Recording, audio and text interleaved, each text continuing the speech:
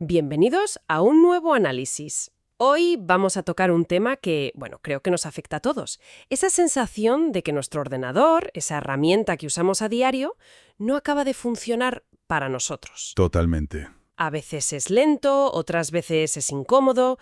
No se siente personal. Es como llevar un traje que no es de tu talla. Y la mayoría de la gente pues simplemente se resigna. Aceptan esas pequeñas frustraciones del día a día pensando que la informática es así de complicada. Exacto. Pero no tiene por qué ser así. Hoy nos vamos a sumergir en el capítulo 4 de la guía que estamos analizando, titulado Configuración del sistema informático. Y la misión es clara, creo yo. Pasar de ser un usuario pasivo que aguanta lo que la máquina le echa, Que se resigna básicamente. eso es, a tomar el control para que la tecnología se adapte a nosotros, y no al revés. Es que ese es el cambio de mentalidad. Es fundamental. No se trata de ser un experto en programación, ni mucho menos. Se trata de adquirir una alfabetización digital básica que te da autonomía. Es saber lo suficiente para personalizar tu entorno, entender por qué algo falla y, a menudo, poder arreglarlo sin llamar a nadie. Es, en definitiva, dejar de tenerle miedo a tu propio ordenador. Pues vamos a por ello. El capítulo lo estructura en 3 grandes bloques, que me parece una forma muy lógica de verlo. Primero, la apariencia, digamos, la carrocería, luego el funcionamiento interno, el motor, y finalmente el seguro de vida del sistema. Empecemos por lo más visible, la personalización del entorno. Imagino que la mayoría piensa que esto es solo elegir un fondo de pantalla con una foto de sus vacaciones, pero el texto sugiere que va mucho, mucho más allá, ¿verdad? Totalmente. El fondo de pantalla es solo la punta del iceberg. El primer pilar que menciona la guía, el entorno visual, trata sobre ergonomía digital. Ergonomía digital, vale. Piensa en la resolución de la pantalla y el escalado del texto. Si pasas 8 horas al día mirando una pantalla donde todo es diminuto, acabarás con una fatiga visual tremenda. Ajustar estos parámetros no es una cuestión estética, es una cuestión de salud. ¿Y de productividad? Claro, si tienes que forzar la vista para leer, tu cerebro se cansa más rápido. Lógico. Y luego el capítulo habla de la configuración regional. A primera vista, esto parece algo menor, ¿no? El idioma, la fecha, la hora. ¿Por qué es tan crucial? ¿Puede llegar a romper algo si está mal configurado? Puede crear un caos silencioso, que es el peor tipo de caos. Pensemos en el impacto real. Imagina una empresa internacional. Trabajan con una hoja de cálculo llena de fechas de vencimiento. ¿Vale? Si está creada en Estados Unidos, la fecha se escribirá en formato mes, día, año. Si un empleado en España abre ese archivo en su ordenador, que espera el formato día, mes, año, una fecha como el 4 de marzo, que allí es 3/4, aquí se convierte de repente en el 3 de abril. No lo había pensado así. Un desastre silencioso, como dices. Es un error invisible que puede costar miles de euros en pagos atrasados o plazos incumplidos. Vaya tela.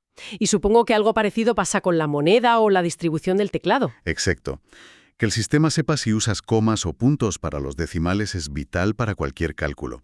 Y la distribución del teclado, cualquiera que haya intentado escribir en español en un teclado configurado en inglés sabe la frustración que es no encontrar la ñ o los acentos. Un clásico. Son esos pequeños detalles los que, sumados, hacen que la experiencia sea fluida o una batalla constante.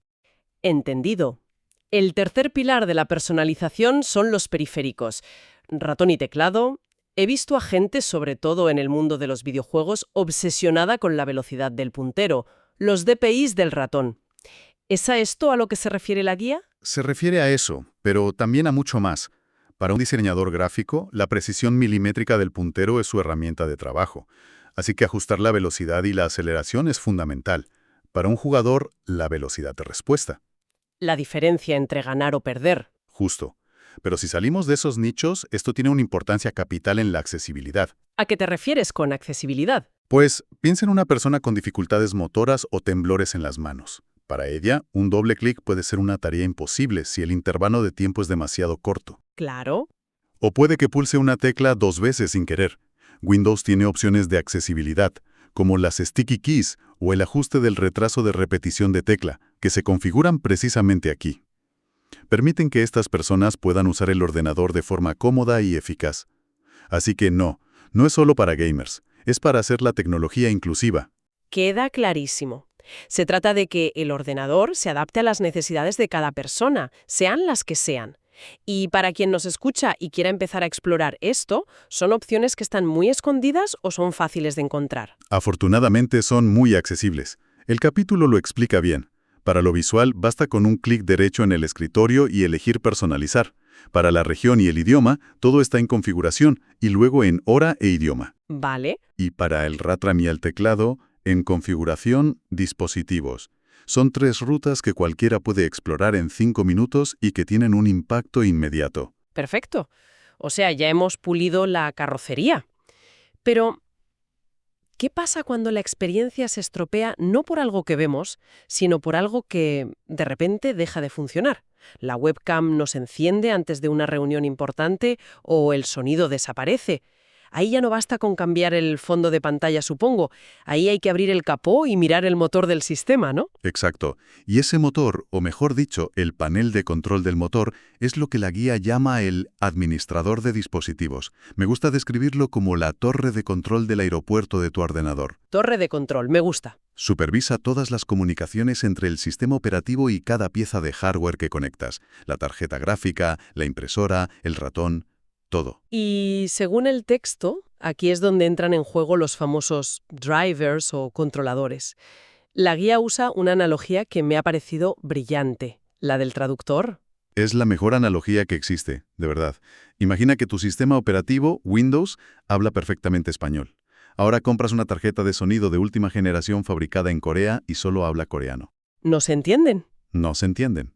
Windows no sabe cómo pedirle que reproduzca un sonido. El driver es ese intérprete políglota que se pone en medio y traduce las órdenes de español a coreano y viceversa. Sin ese traductor, el hardware, por muy bueno que sea, es inútil. Entendido. Entonces, si un dispositivo falla, es como si el traductor se hubiera puesto enfermo o estuviera usando un dialecto equivocado. ¿Cómo se ve eso en esa torre de control? ¿Hay alguna señal de alarma? La hay, y es muy visual. Cuando un dispositivo tiene un problema de comunicación, el administrador de dispositivos lo marca con un pequeño icono. Normalmente es un triángulo amarillo con un signo de exclamación.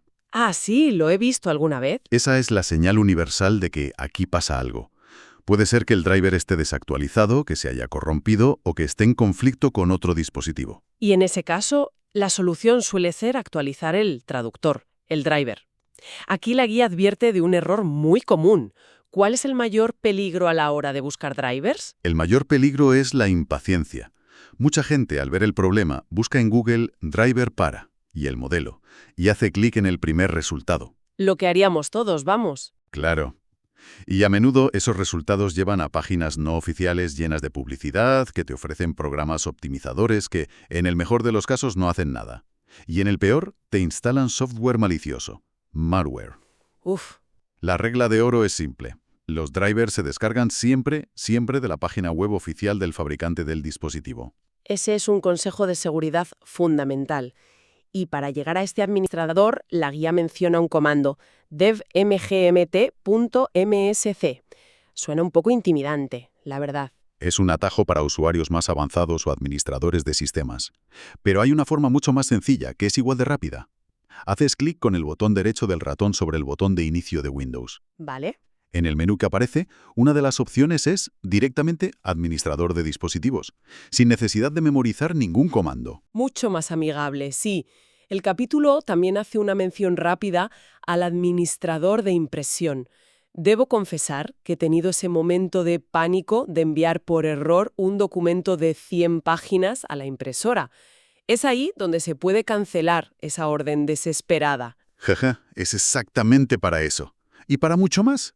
En una oficina es muy común que la impresora se atasque porque alguien ha enviado un archivo muy pesado. El administrador de impresión te permite ver la cola de todos los trabajos pendientes, pausarlos, cancelarlos. Salvar el día, básicamente. Te puede salvar de un gasto enorme de papel y tinta y de la ira de tus compañeros que están esperando. Es una herramienta sencilla, pero increíblemente útil. Me lo apunto para la próxima.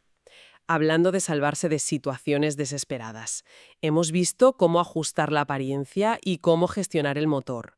Pero, ¿y si al hacer uno de estos cambios o al instalar un programa nuevo, todo el sistema empieza a fallar? ¿Existe un gran botón de deshacer para todo el ordenador? Existe, y es una de las herramientas más potentes y a la vez más desconocidas por el usuario medio. La guía la presenta como protección del sistema y su función estrella son los puntos de restauración. La analogía del capítulo es perfecta. Es como crear un punto de guardado en un videojuego. Me encanta esa idea. O sea, antes de enfrentarte a un jefe final, como instalar un software que no te da mucha confianza, ¿puedes guardar la partida del estado de tu sistema? Precisamente. Creas un punto de restauración manual. Luego, instalas el programa. Si como resultado el ordenador empieza a ir lento o aparecen errores o se vuelva inestable, no tienes que pasar horas intentando desinstalarlo todo. No, claro. Simplemente cargas la partida que guardaste. El sistema volverá al estado exacto en el que estaba antes de la instalación, como si nada hubiera pasado. Eso suena casi mágico. Demasiado bueno para ser verdad. A ver, pregunta clave que seguro que más de uno se está haciendo. Si esto puede volver atrás en el tiempo, ¿significa que ya no necesito hacer copias de seguridad de mis fotos o documentos? Esa es la pregunta del millón, y donde muchísima gente se confunde. La respuesta es un rotundo no. Y es vital entender la diferencia. Un punto de restauración no es una copia de seguridad de tus archivos personales. Ah, vale. Lo que guarda es la salud del sistema operativo. Los programas instalados, los drivers, la configuración. Revierte los cambios estructurales. Pero tus archivos personales, tus documentos, tus fotos, tu música, no los toca. A ver si lo he entendido. Si instalo un programa que rompe Windows, el punto de restauración lo desinstalará y arreglará el sistema. Correcto. Pero si esta mañana he borrado por accidente el informe en el que llevaba trabajando una semana, el punto de restauración no me lo va a recuperar. Has dado en el clavo. Para recuperar ese informe necesitas una copia de seguridad, que es otra cosa distinta. La protección del sistema es para la integridad del sistema operativo, no de tus datos. Por eso es una medida preventiva, un seguro para el propio Windows. Y todo el mundo debería asegurarse de que la tiene activada. Queda meridianamente claro. Y para terminar, el capítulo se adentra en un último apartado que suena bastante imponente, la configuración avanzada del sistema. Aquí habla de conceptos como la memoria virtual. Esto ya parece territorio exclusivo para expertos, ¿no? Suena más complicado de lo que es, y aunque es cierto que no es algo para modificar a la ligera, entender el concepto es muy útil. Usemos otra analogía. Imagina que tu memoria RAM, la memoria principal del ordenador, es tu mesa de trabajo. Vale. Es súper rápida y ahí pones todo lo que estás usando ahora mismo. Pero la mesa tiene un tamaño limitado. Y si abro muchos programas a la vez, la mesa se llena de papeles. Exacto. Cuando la mesa se llena, ¿qué hace el sistema para no colapsar? Utiliza una parte del suelo de tu despacho, que sería el disco duro, como una extensión de la mesa. A ese trozo de suelo se le llama memoria virtual. Ah, Es mucho más lento coger un papel del suelo que de la mesa, pero te permite seguir trabajando sin que todo se bloquee. entiendo. Es un mecanismo de emergencia para evitar el colapso cuando te quedas sin memoria RAM. Correcto. En esa configuración avanzada se puede, por ejemplo, cambiar el tamaño de ese trozo de suelo. ¿Debe un usuario normal tocar eso? En el 99% de los casos, no. La gestión automática de Windows es muy eficiente, pero saber que existe es importante si alguna vez te enfrentas a problemas de rendimiento muy específicos. Es parte de esa alfabetización. No tienes que ser mecánico para saber qué es el aceite del coche. Claro, y porque es importante. Entonces, si recapitulamos el viaje que hemos hecho gracias a este capítulo, hemos pasado de personalizar el color de las ventanas a entender cómo el sistema habla con el hardware y hemos terminado creando una red de seguridad para poder volver atrás si algo sale mal. Si conectamos todos los puntos, lo que hemos descrito es el camino para convertirse en un usuario competente y seguro. Pasas de una relación pasiva y a veces temerosa con la tecnología a una activa y de control. Te da las herramientas para diagnosticar problemas básicos y, lo que es más importante, la confianza para intentar solucionarlos por tu cuenta. Hemos explorado todas estas herramientas seguras, las que están en los menús y están diseñadas para no causar daños irreparables. Pero el texto menciona de pasada, casi como una advertencia, una utilidad mucho más poderosa y por tanto más peligrosa. El editor del registro lo describe como la base de datos que contiene el ADN del sistema operativo. El corazón neurálgico del sistema. Efectivamente, un lugar donde un cambio equivocado puede ser catastrófico. Puede impedir que el ordenador vuelva a arrancar. Y eso nos deja con una pregunta final, una reflexión para quien nos escucha. Sabiendo que existe ese lugar de poder absoluto, ese código genético del sistema, si tuvieras que modificar algo, que no se puede cambiar desde los menús estándar, una pequeña molestia del sistema que siempre has querido eliminar o una optimización que te gustaría probar, ¿qué mejora o personalización te atreverías a investigar primero en ese editor del registro, a unas sabiendas de que un solo movimiento en falso podría dejar el sistema completamente inutilizable?